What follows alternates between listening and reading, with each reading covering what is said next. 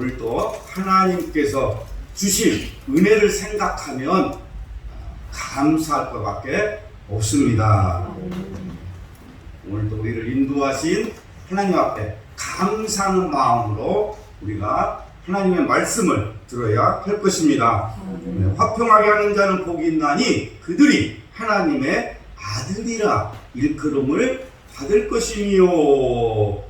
그러니까 화평이라는 말은 히브리어로 샬롬입니다. 샬롬. 샬롬은 온전한 상태, 완전한 상태를 말하는 것입니다. 그러니까 샬롬이라는 말은 인간이 인간답게 살기 위해서 필요한 조건이 완벽하게 갖추어진 상태를 말합니다. 그러니까 우리가 사람답게 살려면은 화평해야 돼. 모든 사람과 화목할 때 우리가 사람답게 살 수가 있는 것입니다. 그러니까 이 샬롬은 인간과 하나님의 관계, 인간과 인간의 관계 등 모든 조건이 온전한 상태, 완벽한 상태에 있는 것을 샬롬이다 그래요. 그러니까 이러한 샬롬의 기초는 하나님과의 바른 관계죠. 하나님과의 바른 관계를 기초로 해서 이 샬롬이 이루어지는 것입니다. 하나님과 우리가 샬롬, 화목하면 모든 사람들과도 화목할 수가 있는 것입니다. 그래서 하나님과의 바른 관계를 통해서 사회적인 관계, 또 인간적인 관계, 물질적인 그런 관계가 온전해지는 거예요. 여러분, 모든 사람과 화목할 때 물질적인 관계도 온전해지고 또 사회적인 관계도 온전해지는 거예요. 그러니까 하나님과 먼저 우리가 화목해야 사람과의 관계도 좋아지고 또 사회적인 관계도 좋아지고 물질적인 관계도 좋아지는 것입니다. 이스라엘 백성들을 보면 그들은 이 샬롬을 좋아했어요. 화평을. 그들은 얼마나 평화를 좋아했는지 성경을 보면 우리가 알 수 있습니다. 그들은 서로 만나면 샬롬하고 인사를 해요. 평화라는 뜻이죠. 평화.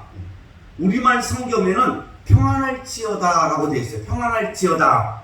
그러니까 뭐 평안이나 평화나 화평이나 화목이나 다 같은 말이에요. 지금 샬롬. 화평케 하는 자는 복이 있나니 하나님의 아들이라 일컬음을 받을 것이며 그랬어요. 그러니까 화평케 하는 자는, 모든 사람과 화목하는 자는 하나님의 아들이 된다는 것입니다. 하나님의 아들이 되는 것은 최고의 축복입니다. 여러분, 우리가 하나님의 지금 아들이 되었어요. 이보다 더 큰 축복이 어디가 있습니까? 하나님의 아들이 되면 하나님과 누릴 수 있는 모든 이 복을 누리게 되는 것입니다. 예수님은 화평케 하는 하나님의 아들이셨습니다. 예수님이 이 세상에 나실 때부터 평화의 왕으로 나셨습니다. 이사야 9장 6절 말씀에 보니까 그 이름은 기묘자라 모사라, 전능하신 하나님이라, 영존하시는 아버지라, 평강의 왕이라 할 것임이라 그랬어요. 그러니까 예수님은 평화의 왕이십니다. 예수님은 평화를 위해서 이 땅에 오셨고, 평화를 위해서 십자가에서 죽으셨고, 평화를 위해서 부활하셨습니다. 예수님은 부활하신 후에 제자들에게 나타나셔서 너희에게 평강이 있을지어다 이렇게 말씀하셨습니다. 예수님은 우리에게 평강을 주셨어요. 평강을. 여러분에게 평강이 있기를 바랍니다. 우리는 평화를 가져온 예수님을 믿어야 합니다. 예수님은 십자가에서 화목제물이 되심으로 하나님과 인간 사이에 화목의 다리를 놓으셨어요. 예수님이 하나님과 우리 사이를 화해시킨 거예요. 화해시킨 거예요. 그래서 우리는 예수 그리스도를 믿음으로 죄의 문제를 해결하고 하나님의 아들로 인정을 받게 된 것입니다. 로마서 5장 12절 말씀에 보니까 그러므로 우리가 믿음으로 의롭다 하심을 얻었은즉 우리 주 예수 그리스도로 말미암아 하나님과 더불어 화평을 누리자 그랬어요. 그러니까 하나님과 화평을 우리가 누리기 위해서는 믿음으로 의롭게 하신 예수 그리스도를 믿어야 합니다. 자, 우리의 소원이 무엇일까? 여러분 소원이 무엇이에요? 건강입니까? 아니면은 물질입니까? 아니면은 명예입니까? 그러나 마음의 화평 없이는 이 모든 것을 누릴 수가 없습니다. 여러분 돈이 아무리 많다 할지라도 마음이 편하지 않으면 소용없어요. 내가 건강하다 할지라도 마음이 편하지 않으면 그것 건강을 누릴 수가 없는 것입니다. 그러니까 마음이 편안해야 돼요. 그래서 우리가 행복한 사람이 되기 위해서는 화평을 즐겨야 돼요. 즐겨야 돼요. 하나님과 화목할 때에 이 평강이 넘치게 될 줄로 믿습니다. 하나님을 대적하면 평안을 누릴 수가 없어요. 그래서 우리는 화평의 사람이 되려면 하나님의 말씀에 순종해야 됩니다. 하나님 앞에 순종하지 않고 영육 간에 갈등이 있으면 결코 마음의 평화를 얻을 수가 없습니다. 욥기서 22장 21절 말씀에 보면 너는 하나님과 화목하고 평안하라 그랬어요. 그리하면 복이 내게 임하리라. 하나님과 화목할 때에 평강이 있고 축복이 있는 것입니다. 그런데 마귀는 화평이 없어요. 마귀는 사랑이 없습니다. 마귀는 하나님과 인간과의 그 좋은 관계를 멀어지게 해요. 하나님과 나와의 이 좋은 지금 관계를 자꾸 멀어지게 하는 것이 마귀입니다. 이 동물들을 보면 동물 중에 비둘기가 화목한 동물이죠. 비둘기처럼 다정한 사람들이라면 장미꽃 넝쿨거진 그런 집을 지어요. 그러니까 언제나 다정하고 화목하게 사는 동물이 비둘기예요. 그래서 하나님께 바치는 이 제물 중에도 세 종류로는 비둘기가 있어요. 비둘기만 하나님 앞에 제물로 드리는 거예요. 그러니까 하나님 앞에 드리는 이 동물들을 보면 모두가 다 순한 것들이에요. 하나님께 바치는 양이나 소 얼마나 순해요. 그러니까 하나님은 사나운 짐승은 바치지 못하게 하셨어요. 사나운 짐승이 없어요. 하나님 앞에 드리는 이 제물을. 그래서 많은 새 중에서도 순하고 화목한 비둘기만 바치게 하신 거예요. 비둘기처럼 여러분 화평하시기 바랍니다. 이 양희은이라는 가수가 부른 노래가 하나 있는데 그 중에 작은 연못이라는 노래가 있어요. 작은 연못. 김민기 씨가 작사 작곡한 노래예요. 깊은 산 오솔길 옆 자그마한 연못엔 지금은 더러운 물만 고이고 아무것도 살고 있지 않지만 먼 옛날 이 연못엔 예쁜 붕어 2마리 살고 있었다고 전해지지요. 깊은 산 작은 연못. 어느 맑은 여름날 연못 속에 붕어 2마리 서로 싸워 한 마리는 물 위에 떠오르고 여린 그놈 살이 썩어 들어가 물도 따라 썩어 들어가 연못 속에선 아무것도 살 수 없게 되었죠. 깊은 산 오솔길 옆 자그마한 연못엔 지금은 더러운 물만 고이고 아무것도 살지 않죠. 깊은 산 작은 연못. 이것이 공동체라는 거예요. 서로 싸우면은 나도 죽고 너도 죽는다는 것입니다. 여러분, 사람과의 관계 속에서 이 불화할 때가 언제인가 한번 생각해 보세요. 내가 사람들과 관계 속에서 자꾸 분쟁을 일으키고 자꾸 이렇게 불편하게 되고 싸울 때가 언제인가 한번 생각해 보세요. 내 마음에 평강이 없을 때, 내 마음에 평화가 없을 때 다른 사람들과 자꾸 분쟁하게 된다는 것입니다. 내 안에 평화가 없기 때문에 이 화평이 나가지 않는 거예요. 이게 나에게 문제가 있다는 말입니다. 내 마음이 평화로 가득 차 있으면, 화평하면 모든 사람 관계도 화평할 텐데 내 마음이 지금 화평하지 않으니까 자꾸 다른 사람과 분쟁을 일으키는 거예요. 평화를 이루기 위해서 우리 그리스도인들은 하나님과 먼저 화목해야 되고 모든 사람들과 이 화목을 이루어야 하는 것입니다.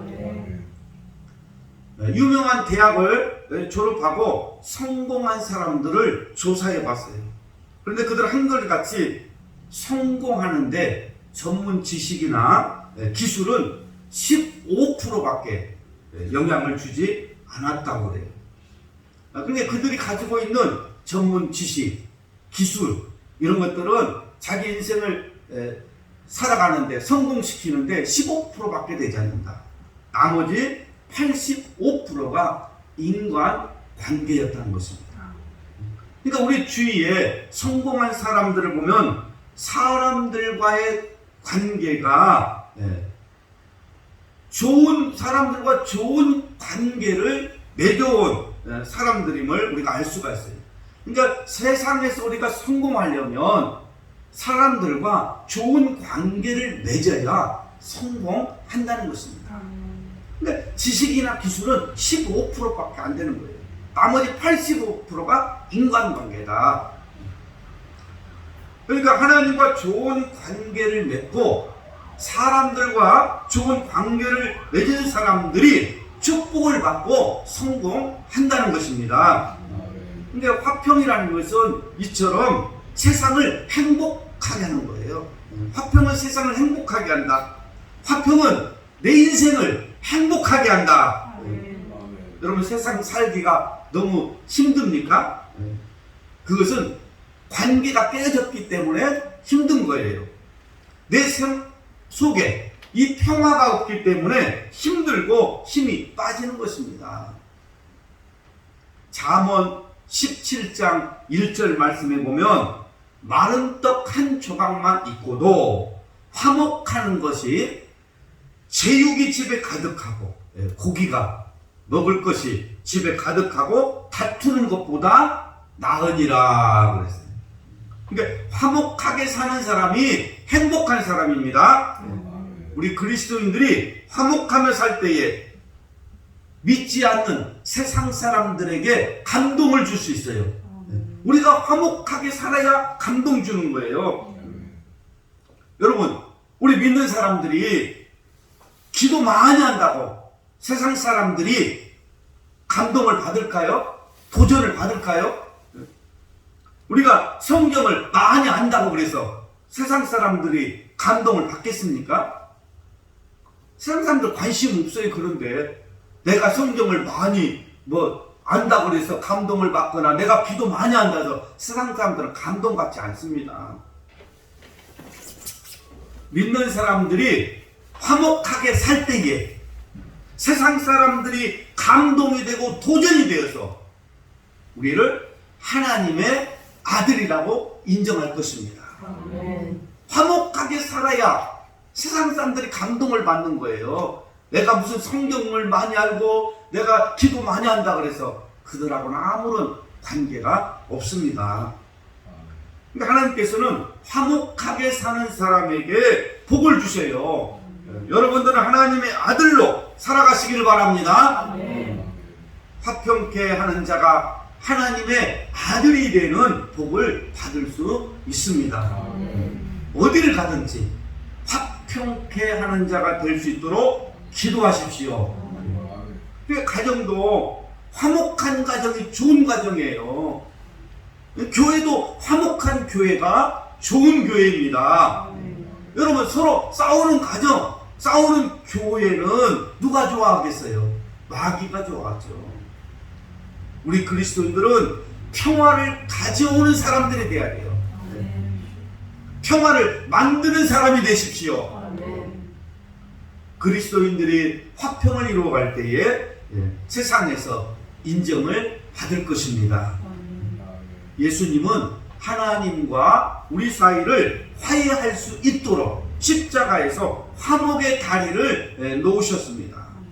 우리도 복음을 전함으로써 하나님과 사람 사이를 연결해주는 평화의 사람이 되어야 합니다. 그러니까 예수 믿는 사람들은 평화를 만드는 사람들에 대해야 해요. 평화를 만드는 사람. 평화는 예수 그리스도의 십자가로부터 시작이 됩니다. 예수 십자가로부터 평화가 시작이 돼요. 그러니까 이 전도라는 것은 하나님과 사람 사이에 평화가 맺어지도록 다리를 놓는 거예요. 이게 전도예요. 이게 전도. 그러니까 하나님과 사람 사이를 화해시켜주는 것이 전도다. 지금 하나님과 사람이 원수가 되어 있잖아요. 그러니까 우리가 이 서로 화목의 다리를 놓아주는 거예요. 하나님과 화해해야 돼. 하나님과 화목하게 지내야 천국 가. 하고 다리를 놓아주는 거예요. 우리가 화해시키는 거예요. 아이, 가서 화해해. 내가 죄인임을 가서 고백해. 그러면 하나님의 아들이 되고 천국 갈 수 있어. 이렇게 화해를 시켜주는 거예요. 이게 전도입니다. 평화를 만드는 사람, 화해시키는 사람이 되십시오. 서로 싸움을 부추기는 사람이 아니라 화해시키는 사람이 되시기를 축복합니다. 나는 평화를 만드는 사람으로 이 세상을 살아가고 있습니까? 아니면 원수를 맺으며 살아가고 있습니까? 성령은 평화의 영입니다. 평화의 영이에요. 성령님은 우리에게 평화를 주시는 분이에요. 성령님은 우리에게 평화를 주시는 분이에요. 그래서 성령님이 역사하시는 곳에는 화해가 이루어지고 평화가 이루어지는 것입니다. 주의 성령으로 충만해서 화평케 되는 복을 누리시기를 주님의 이름으로 축복합니다. 기도